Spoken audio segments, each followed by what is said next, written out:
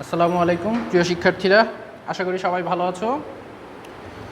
আজকে তোমাদের ইংরেজি ফর টুডে বই থেকে ইউনিট 17 যেটা লেসন 5-6 অলিম্পিক গেমস নিয়ে একটা প্যাসেজ আছে, সেই প্যাসেজটা নিয়ে আজকে আমরা আলোচনা করব।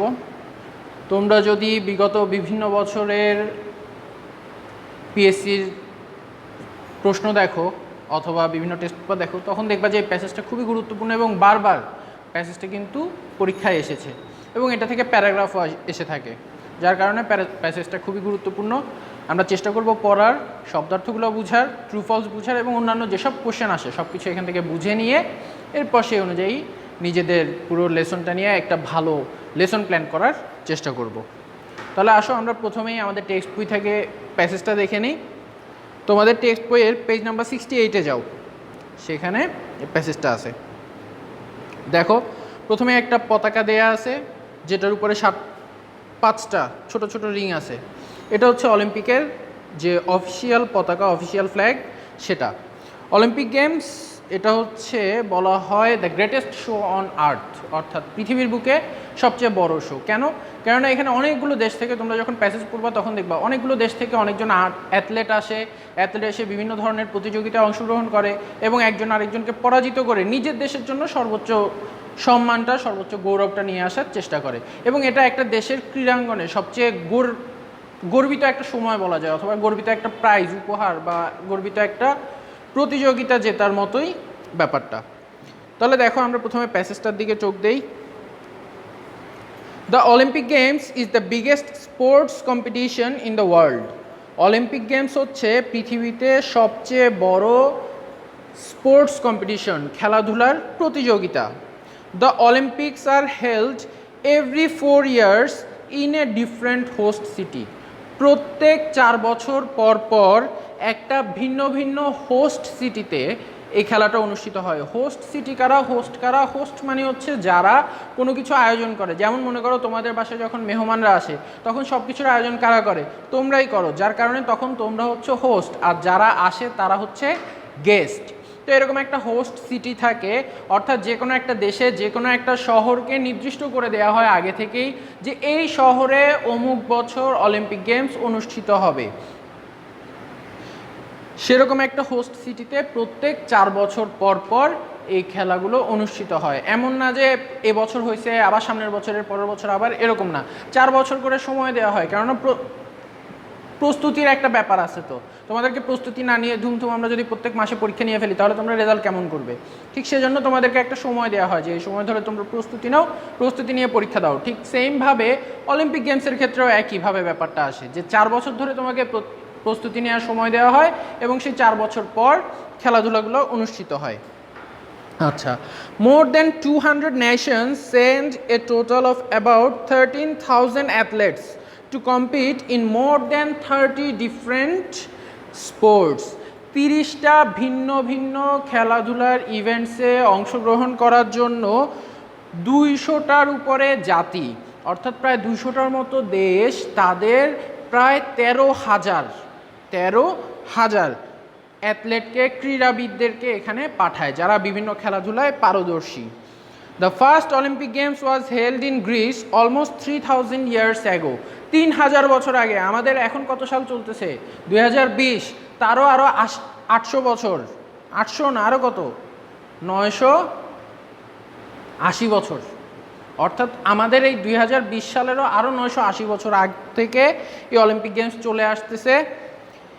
মডার্ন অলিম্পিক গেমস, কিন্তু আধুনিক যে অলিম্পিক গেমস তখন এটা ছিল পুরনো কালের, কিন্তু আধুনিক যে Olympic games it started in 1896, এটা শুরু হয় 1896 সালে। And there have been 31 Olympic competition since then. এবং এরপর এরকম 4 বছর অন্তর অন্তর করে করে 31 বার এই অলিম্পিক গেমস অনুষ্ঠিত হয়েছে। তোমরা হয়তো জানো যে পৃথিবীতে 2টা বড় বড় বিশ্বযুদ্ধ হয়েছিল, ওই বিশ্বযুদ্ধের টাইমে কিন্তু অলিম্পিক গেমস হয় নাই, তখন অলিম্পিক গেমস বন্ধ ছিল, কিন্তু এরপরেও আরও 31 বার এই অলিম্পিক গেমস হয়েছে। অলিম্পিক গেমস নিয়ে একটা মজার কাহিনী বলি। অলিম্পিক গেমস শুরু হয় কখন জানো বা কিভাবে? ওই যে ওরা বলছে যে প্রায় 3000 বছর আগে শুরু হয়েছে। শুরু হওয়ার কারণ কি ছিল? কোনো কারণ ছাড়াই তো এমনি এমনি শুরু হয়ে যায় না। ওই সময়টায় মানুষ জাতিতে জাতিতে এমনভাবে বিভক্ত ছিল যে তারা একজন আরেকজনের সাথে যুদ্ধ বিগ্রহে জড়িয়ে পড়তো। প্রায় দেখা যেত এই জাতির সাথে এই জাতির যুদ্ধ, ওই জাতির সাথে ওই জাতির যুদ্ধ। ঠিক এই সময়ে একজন মহৎ ব্যক্তি সে চিন্তা করলো যে এভাবে রক্তক্ষয়ী যুদ্ধে না জড়ায়, এরকম একজন আরেকজনকে হত্যা না করে তারা নিজেদেরকে প্রমাণ করার জন্য এমন একটা প্ল্যাটফর্ম তৈরি করে দেওয়া উচিত যেখানে তারা খেলাধুলার মাধ্যমে একজন আরেকজনকে আউটরান করবে। অর্থাৎ মনে করো আমার সাথে আরেকজনের স্পোর্টস কম্পিটিশন হবে, সেখানে যদি আমি জিতি তাহলে আমাকে বিজয়ী ঘোষণা করে দিবে। তাহলে দেখা গেল যে আমি ওর চেয়ে শক্তিতেও আমার পরিচয় দিতে পারলাম এবং একই সাথে কোনো ধরনের রক্তক্ষয়ী সংঘর্ষ হলো না, কেউ মারাও গেল না। ব্যাপারটা ভালো না? ঠিক সেম চিন্তা ভাবনা থেকেই অলিম্পিক গেমস প্রথম অনুষ্ঠিত হয় এবং এরপর থেকে গ্রিসে যখন অনুষ্ঠিত হয়, প্রাচীন গ্রিসে, এরপর থেকে আস্তে আস্তে সেটা চলতে থাকে প্রত্যেক 4 বছর পর পর, 4 বছর পর পর হতে হতে এরপর 1896 সালে এসে আধুনিক অলিম্পিক গেমস হলো, যেখানে পৃথিবীর সব দেশ থেকে বাছাই করা কিছু ক্রীড়াবিদ যায় এবং গিয়ে সেখানে পারফর্ম করে। আমরা এরকম অনেক বড় বড় অ্যাথলেটের নাম জানি, তোমরাও হয়তো জানো, টিভিতে শুনছো। তারা সবাই অনেক সম্মানের অধিকারী। তার কারণ কি? এই অলিম্পিকের যে ক্ষেত্রটা, সেই ক্ষেত্রটাই আসলে এরকম একটা অনেক বড় সম্মানের জায়গা। আচ্ছা, তাহলে এবার আমরা আবার বইয়ে ফেরত আসি। আমরা যে প্যাসেজটা এতক্ষণ পড়লাম সেখান থেকে কিছু ওয়ার্ডের মিনিং তোমাদেরকে লিখে নিতে হবে, কিছু শব্দের অর্থ, যে শব্দগুলো হয়তো আমরা আগে কখনো দেখি নাই অথবা দেখছি কিন্তু তার অর্থ পরিপূর্ণভাবে জানতাম না, সেই অর্থগুলো এখন তোমাদেরকে লিখে নিতে হবে। দেখো আমি তোমাদের জন্য আগেই কিছু শব্দের অর্থ লিখে রেখেছি। প্রথমেই আছে বিগেস্ট। বিগেস্ট মানে হচ্ছে সব থেকে বড়। আমরা জানি যে বিগ মানে বড়, কিন্তু যখন বিগেস্ট বলবে সেটা হচ্ছে সবচেয়ে বড়, এর চেয়ে বড় আর কোনো কিছু থাকে না, সেজন্য এটাকে বলা হয় সুপারলেটিভ ডিগ্রি। বিগেস্ট সব থেকে বড়। এরপরে আছে কম্পিটিশন। আমরা প্রায়ই শুনি অমুক কম্পিটিশন, তমুক কম্পিটিশন, ডান্স কম্পিটিশন, এই কম্পিটিশন, কত ধরনের কম্পিটিশন হয়। সেই কম্পিটিশনের অর্থ কি? সেই কম্পিটিশনের অর্থ হচ্ছে প্রতিযোগিতা। আর যা এই যে প্রতিযোগিতার যে কাজটা, অর্থাৎ কোনো কিছুতে অংশগ্রহণ করে সেখানে প্রতিযোগিতা করা, সেটার ইংরেজি হচ্ছে কম্পিট। এই যে দেখো 5 নম্বরে লেখা আছে, কম্পিট মানে হচ্ছে প্রতিযোগিতা করা। এখানে করে লিখে ফেলছি আমি ভুলে, প্রতিযোগিতা করা। আচ্ছা, এরপর হেল্ড। হোল্ডের পাস্ট ফর্ম বলো বা পাস্ট পার্টিসিপল ফর্ম বলো, সেটা হচ্ছে হেল্ড। এটার অর্থ হচ্ছে অনুষ্ঠিত হয়, অর্থাৎ যখন কেউ কোনো কিছু আয়োজন করে, অনুষ্ঠান করে, তখন সেটাকে বলা হয় ইংরেজিতে হেল্ড। হোস্ট, যেটা বলেছিলাম যে বা যারা আয়োজন করে, আয়োজনে যারা অংশগ্রহণ করে, যারা হোস্ট থাকে। এরপর আসতেছে অ্যাথলেট। অ্যাথলেট মানে হচ্ছে ক্রীড়াবিদ, অর্থাৎ যারা বিভিন্ন ধরনের খেলাধুলায় বা ক্রীড়ায় অংশগ্রহণ করে। ডিফারেন্ট, ডিফারেন্ট অর্থ হচ্ছে বিভিন্ন। অ্যাগো, অ্যাগো মানে হচ্ছে পূর্বে বা আগে। মডার্ন, মডার্ন মানে হচ্ছে আধুনিক। এবং সিন্স দেন মানে হচ্ছে তখন থেকে। একবারে লাস্টে যে কথাটা ছিল যে 31 অলিম্পিক কম্পিটিশন সিন্স দেন, এরপর থেকে প্রায় 31টা কম্পিটিশন হয়েছে। সিন্স দেন মানে হচ্ছে তখন থেকে। আচ্ছা, এখন তোমাদের প্যাসেজ থেকে প্রথমে শূন্যস্থান আসতে পারে অথবা ওয়ার্ড ম্যাচিং আসতে পারে। ওয়ার্ড ম্যাচিংটাই সাধারণত আসে, শূন্যস্থান কম আসে। তো তখন তোমরা যদি এই ওয়ার্ডগুলোর অর্থ ভালোভাবে জানো, সেক্ষেত্রে তোমরা পাশের যে কলাম থাকবে সে কলামে দেখা যাবে যে এই অর্থগুলোর সিনোনিমাস কিছু একটা দেয়া থাকবে। যেমন মনে করো বিগেস্ট, বিগেস্টের জন্য গ্র্যান্ড দেয়া থাকতে পারে। এরপর কম্পিটিশন, কম্পিটিশনের জন্য এক্সামিনেশন দেয়া থাকতে পারে। এরকম প্রত্যেকটা ওয়ার্ডের জন্য সিনোনিমাস অর্থাৎ সমার্থক শব্দ দিয়ে কিছু একটা দেয়া থাকবে। সেক্ষেত্রে তোমাদেরকে ওই জিনিসটা ম্যাচ করে দিতে হবে। আর শূন্যস্থান আসলে সেক্ষেত্রে তোমাদেরকে উপরে ক্লু দেয়া থাকবে, তুমি বইয়ের থেকে দেখে বইয়ের প্যাসেজ অনুযায়ী সেখান থেকে ওয়ার্ডগুলো নিয়ে তোমার শূন্যস্থানে বসিয়ে দেবে।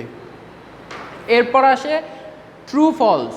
ট্রু ফলসের ক্ষেত্রে আমরা তোমাদেরকে সবসময় বলে থাকি যে 5-এ তোমাদেরকে ট্রু হলে ট্রু লিখে দিবা, ফলস হলে শুধু ফলস লিখে দিবা। ফলস হলে আর কারেক্ট অ্যান্সার লেখার প্রয়োজন নাই। এটা আগে ছিল, কিন্তু গত 2 বছর ধরে এই জিনিসটা বাদ দেওয়া হয়েছে।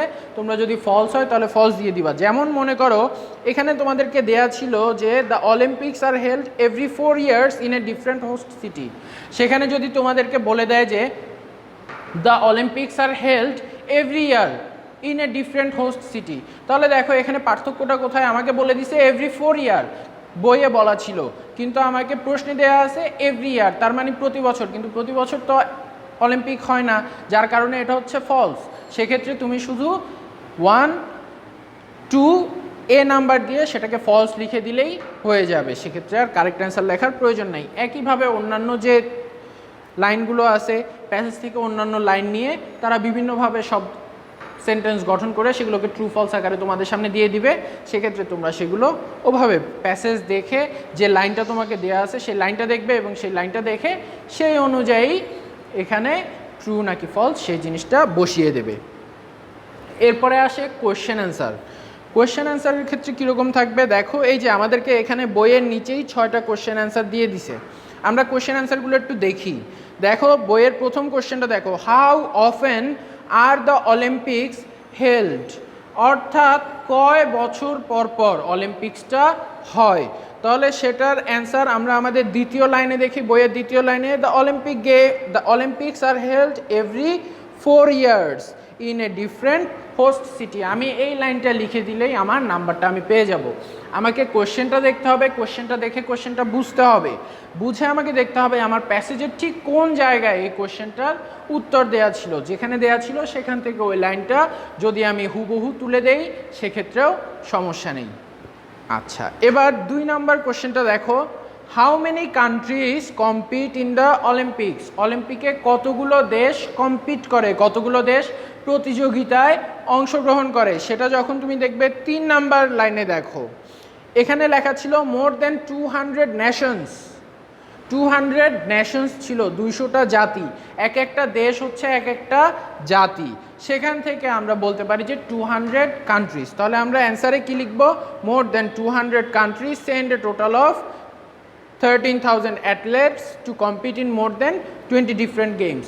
যদি তুমি পুরো লাইনটা লিখে দাও সেটাও হবে, অথবা তুমি যদি তোমার অ্যান্সারটা এভাবে লিখো যে 200 countries compete in the Olympics, তাতেও হবে, তাতেও তুমি পুরো নাম্বারই পাবে। তবে যদি তোমার মনে হয় যে তুমি পুরো লাইন লিখে দিতে স্বাচ্ছন্দ্য বোধ করতেছো, পুরো লাইন লিখে দিলে বই থেকে দেখে দেখে তোমার ভুল হবে না, তাহলে সেটাই লিখে দিয়ে আসবে, সেটার জন্য তুমি পুরো নাম্বার পাবে। তৃতীয় question, how many athlete's compete in the Olympics. কতজন অ্যাথলেট, কতজন প্রতিযোগী এই অলিম্পিকে অংশগ্রহণ করে, সেটাও আমার বইয়ে সুন্দরভাবে দেয়া ছিল। কতজন দেয়া ছিল, 13,000 জন, 13,000 অ্যাথলেটস। তাহলে আমি আমার অ্যান্সার লেখার সময় কি করে দিব, about 13,000 athletes compete in more than 30 different sports. এই একই জিনিস নিয়ে আবার এর পরের প্রশ্নটাও দেখো, how many sports are there in the Olympics. তাহলে দেয়ার আর কত, 30 ডিফারেন্ট স্পোর্টস ইন অলিম্পিক্স। এই 3টা প্রশ্নের উত্তরই কিন্তু তোমার বইয়ের একই লাইনে লেখা ছিল। তুমি যদি 3টা প্রশ্নের উত্তরের জন্য একই লাইন 3বার লিখে দাও, একসাথে না কিন্তু আবার এক একটার জন্য এক একটা নাম্বার দিয়ে লিখতে হবে। 2 নাম্বারের জন্য একবার লিখবা, 3 নাম্বারের জন্য একবার, 4 নাম্বারের জন্য একবার, তাতেও কিন্তু তুমি নাম্বার পাবে, যেহেতু 3টা কথা একই লাইনের ভেতরে আছে, সেজন্য তুমি একই লাইন বারবার লিখে দিতে পারবে। আর যারা বুদ্ধি খাটায় এত বেশি না লিখে শুধুমাত্র যেটুক চাইছে সেটুক লিখবা, তারা সেটুকু লিখতে পারো, পুরোটাই তোমার উপর নির্ভর করতেছে। নাম্বার 5 নম্বরের কোশ্চেনটা দেখো, when was the first Olympics. এখানে একটা হেল্ড হওয়ার কথা ছিল, ওরা লিখে নাই, যাক আমরা সেটা বুঝে নিব যে প্রথম অলিম্পিক্স কখন হয়েছিল। তাহলে এই যে দেখো দ্বিতীয় প্যারার একদম প্রথম লাইনটাতেই লেখা আছে, the first Olympic games was held in Greece almost 3,000 years ago, 3,000 বছর আগে। এই লাইনটা লিখে দিলেই তোমার অ্যান্সার হয়ে যাবে। এবং সবার লাস্টের যে কোশ্চেনটা আছে, when did the modern Olympic games begin.